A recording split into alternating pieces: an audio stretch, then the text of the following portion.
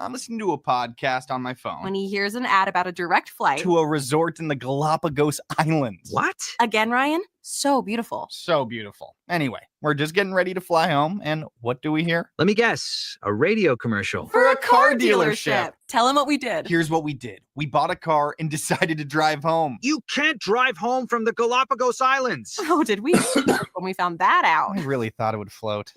Radio goes where we go. A message from the Illinois Broadcasters Association and this station. They brought you this message. Your friend in Central Illinois, WHOW. Top of the morning. Thanks for being with us. I'm your host today, Seth Lawrence. The WHOW Morning Show streams to Facebook and YouTube, brought to you by Peterson Insurance, your Pekin Insurance agent in Clinton. On the Zoom with us today, State Representative Dr. Bill Hauter. Dr. Hauter, how are you, sir? Good morning, Seth. Thanks for coming on and talking with us. Always good to have you on the program. And, I venture a guess that you are trying to catch up on some lost sleep, Dr. Hauter. I know the end of the legislative cycle can be long and tedious and just a lot going on those last days in Springfield. Let's highlight some of the things that happened at the end of the latest legislative cycle. What was the highlight from your perspective? Well, highlights, lowlights, I don't know what you want to call them. The end of session brought the budget. The budget, again, was the largest budget in Illinois history. Spending went up by another $2 billion. And so for that, they needed more taxes. Taxes went up by another billion or so. And we just saw, again, that we are battling the tax and spend Democrats. And you know what, Seth? Even their own House Speaker, Speaker Welsh, Democrat, called them in an interview. He called them the tax and spend Democrats. He said, I'm dealing, at the end of this budget, I'm dealing with 78 tax and spend Democrats. And so what they did is they proved that again, $55 billion spending package. It was filled with things that just we could not vote for as a Republican, as the super minority. We voted in against it. There was some Democrats that also voted against it. But again, it passed. There's a couple things in it that, I just think they're really hard to justify it in any way. One of them is $240 million for Democrat slush fund that is used for Democrat only districts, so they can spend on pork projects, and they're called member initiatives. So Democrats, each Democrat got $1 million in the House and $1.5 million in the Senate to do with what they wanted in their district. Speaker Welsh, in particular, spent $40 million for a new sports facility at Proviso in Proviso West. I think was alma mater, and he represents that area. He brought home $40 million for a high school sports complex. On and on. The governor created a special slush fund for himself that he can move money around and cover whatever he needs to cover with emergency powers. And we go to the health care for illegal immigrants is still intact. They stopped a program for health care benefits for illegal immigrant adults. They stopped that because they agreed with us that it was a huge boondoggle, but they kept the one for 65 and older, undocumented immigrants, illegal immigrants, non-citizens. Let's just call it that. So that's in there. I mean, it's just atrocious that we continue to spend from when the governor took office 6 years ago. We've, I think, increased our budget by $16 billion and the taxes to go with it. So that's long-winded, but that's sort of the frustrating part of the budget, and that's the big part of the end of session. Well, where will we see those tax increases, Dr. Hauter? Well, they talked about a delivery tax. I don't know if you heard that. That did not pass. That was to fund mass transit. So they're going to have to still think of something how to fund the the mass transit mess up in Chicago. They need over $7 billion or $700 million for that mass transit. So they're trying to think of ways to do it. One of them is with this this delivery tax of $1.50 on every delivery. I just want people to know it did not pass, but it did pass in the Senate, so it did not pass in the House. So that's how far it got before they ran out of time. So we're going to have to keep an eye on that. That they may try that again, or they may try other taxes. But really, what they did was they a series of taxes that was implemented as an increase on your mobile phone tax. It went from the largest and most taxed on your mobile phones in the nation to even more higher taxed mobile phones. They also did it on some business, and also I have to let me look at. There's other taxes. Well, and to that, while you do that, what that tells me is they're doing it where you don't see it. It's where like who of all the people that get phone bills, who actually goes in and analyzes the taxes and the things that come with that bill that you have every month. The business owner, like you can hit them easy because that's not it will impact the everyday Illinoisan. But if you're not a business owner, you don't you don't see that. And so it's like they're throwing these taxes into places where like the average voter isn't going to see it. So when guys like you come on and say they're raising taxes, well, I'm not seeing it. It's not at the grocery store. It's not at the gas pump. It's not at, like wherever. It's not at the restaurants. It's, like it's all these places I'm not traditionally looking for them.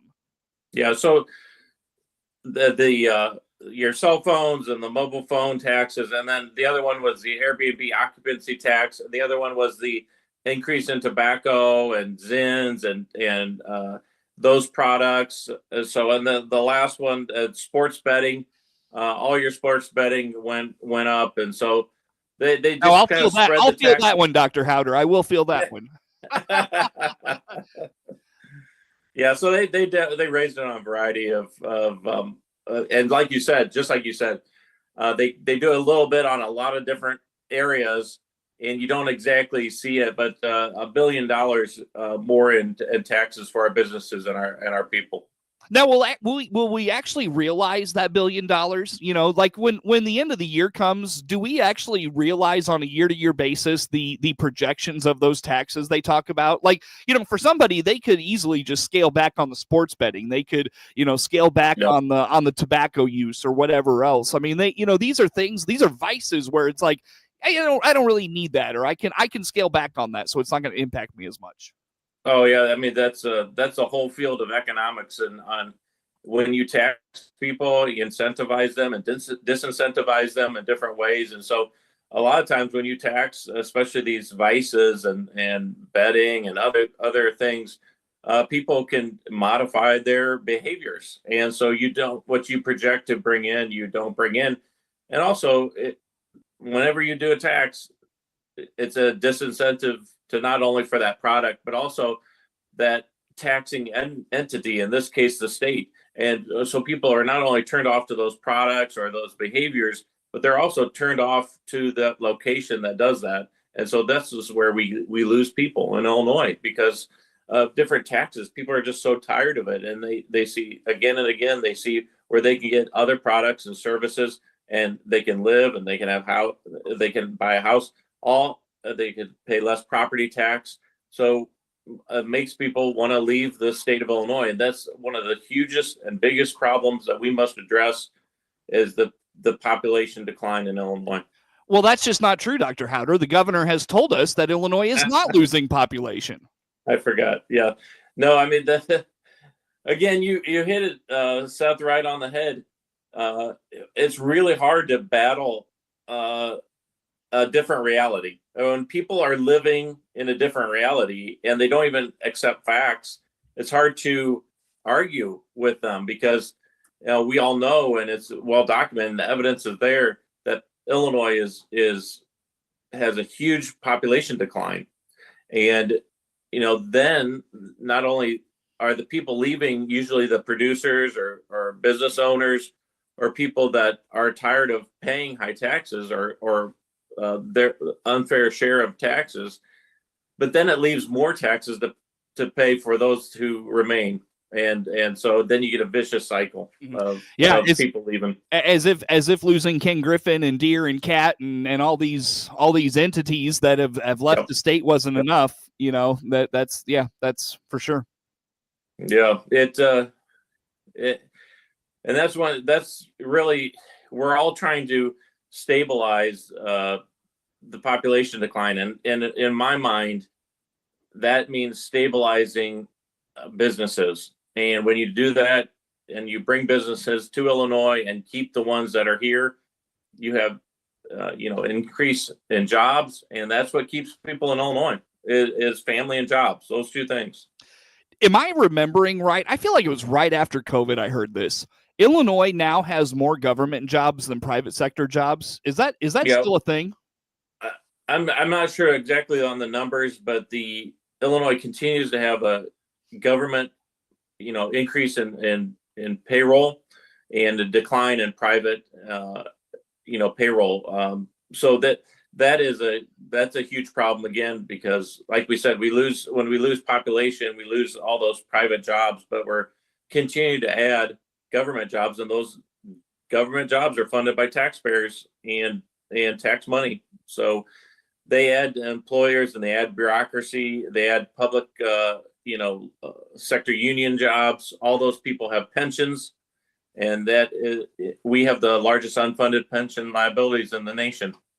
How much of the budget was the governor's aspirations? How much of this came into play for his aspirations to be president? He was really resistant to have any large, broad-based taxes, as he called it. And so he did not want any large tax increases on things that, like you and I just talked about, the fact that they spread it off to bedding, to tobacco products, to Airbnbs, to a little bit of business.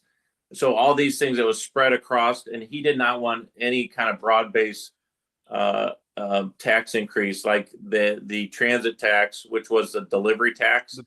That would have been probably something that would have been really hard for him to run for president if that had passed. So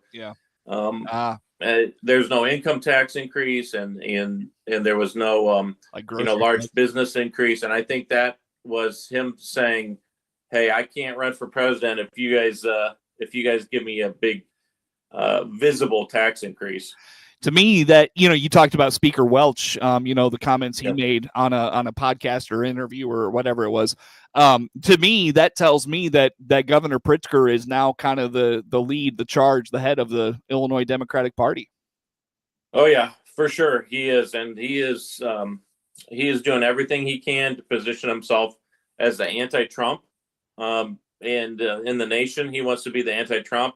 It's really making him mad that Gavin Newsom is vying for the anti-Trump with all these publicity about what's going on with the illegal immigrant and ICE protests in California right now. Now he looks like he could be the anti-Trump and position as the big one that all the Democrats look to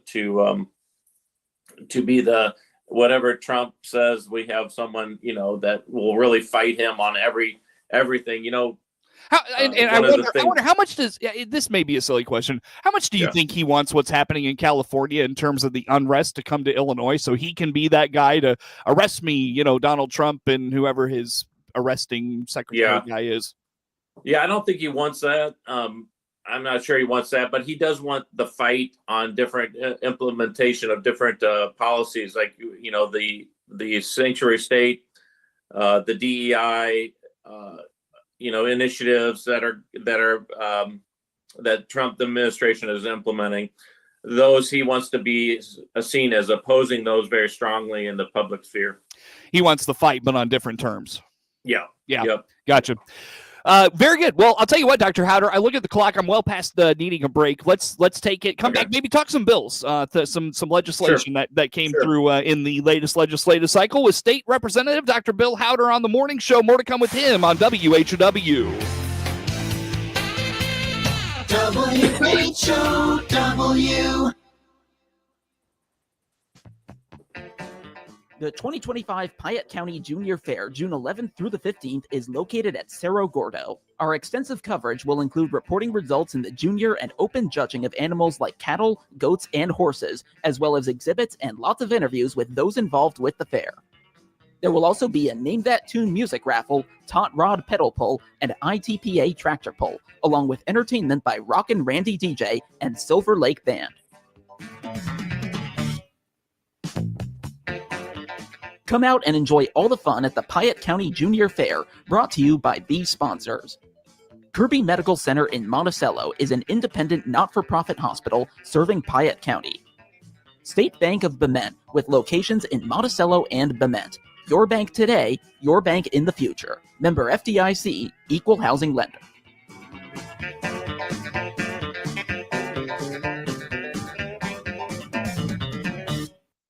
Breathing problems can affect every aspect of your life. Breathe easier with Gibson Area Hospital Pulmonology Clinic and Dr. Ismail Bobat, now providing pulmonology health services to DeWitt County at Warner Hospital in Clinton. Dr. Bobat is an expert at identifying and treating pulmonology health conditions. Get the right diagnosis and treatment for your breathing problem with an experienced pulmonologist. For healthier breathing, book an appointment in Clinton today. Call 217-784-2212.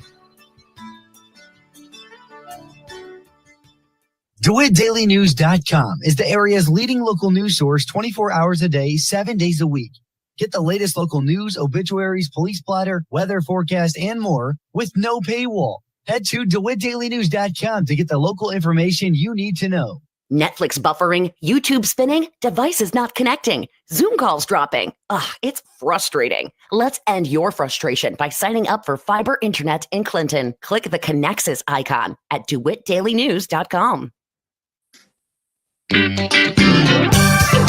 friend in Central Illinois, WHOW. Once again, good morning. Thanks for being with us. I'm your host today, Seth Lawrence. The WHW Morning Show streams to Facebook and YouTube, brought to you by Peterson Insurance, your Pekin Insurance agent in Clinton. Dr. Bill Hauter, state rep, our guest on the Zoom today. Dr. Hauter, I hate to do this to you. I'm running short on time in this second segment. Let's highlight some of the legislation for and against that came across the legislature there in Springfield in the latest legislative cycle. Okay, so I'll give you the pick here, Seth. Sure. I'll do a couple that didn't pass, and I thought maybe that your listeners would like to hear about. You can pick which one you want to talk about. Assisted suicide did not pass. That was one I spoke out strongly against as a physician. The energy omnibus did not pass with Clinton nuclear plant and some news on that. Maybe you'd want to talk about that. Yeah. The mascot bill, that's kind of interesting, did not pass. And the homeschool bill got a lot of press, did not pass. And then we could talk about some that did, that I didn't like, that passed. The gun storage bill, the FDA bill that they were going to use instead of the FDA for drugs safety approval, they were going to use the WHO. And the last couple, the Muhammad Aquifer bill, that was a really good bipartisan bill that protected the Muhammad Aquifer. Maybe your listeners would be interested in hearing how that passed, and I'm sure it's going to be signed by the governor. And, there's the PBM bill that maybe is a little bit too detailed, but that did pass on a bipartisan basis. So dealer's choice there. What do you want to hear? Let's start with the energy one. The energy omnibus that's going to really raise energy prices. Again, they focus too much on clean energy and renewable energy products, mostly wind and solar. And in my mind, when we're talking clean energy, that's renewable, that's cheap and reliable and plentiful, we're talking nuclear energy. And so we need to expand nuclear energy in Illinois. we haven't built a plant in over, I think it's been 16 years. We saw what happened with Meta and signing agreement that's going to keep the Clinton power plant open, nuclear power plant open for at least 20 more years. But the energy omnibus focused way too much on wind and solar, and again was going to cost businesses. Businesses had a great outcry. I heard from many large businesses in my district, from Caterpillar to to others, that just their bills under this energy omnibus were going to go up. It was going to drive businesses out of Illinois. So they have to go back to the drawing board if they're going to do a new energy omnibus bill. Yeah, when you put political pressure on them, that's where these bills fail, right? Yep. Yeah, we heard it. And that's if you want to talk about political pressure, I've never seen anything like this homeschool bill. I don't know if you remember that, but they tried to bring up, again, the state of Illinois starting to regulate and get into the details of the homeschool bill, and we just had the largest outcry that I've never seen in my 3 years of being in session. I've never seen the public input that we had on this homeschool bill, and she just had to kill her own bill because of the outcry. Nobody wanted to touch it because of the letters, the emails, and the visits that we got on the homeschool bill. Mm-hmm. So it did not pass. Yeah. Well, a lot more we could dive into there. You gave us some good ones, Dr. Hauter. I'll tell you what, why don't I have you back on in July, and we'll visit on over some more bills. Yeah, I can talk a little bit about my bills. I'd love it. Yeah, very good. Got to get you in studio sometime, Dr. Hauter. Get you down here to Clinton. Absolutely. Get a tour of the barn. Very good. Let's work on that. I want to be there. Yeah, very good. State Representative Dr. Bill Hauter, thank you, sir, for joining us. Good to have you as always.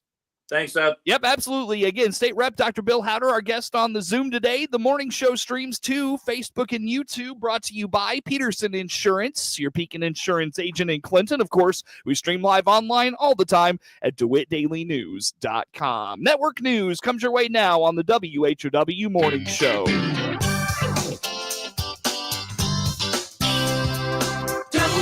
WHOW. The Big 1520 WHOW Clinton, 92.3 FM, W2.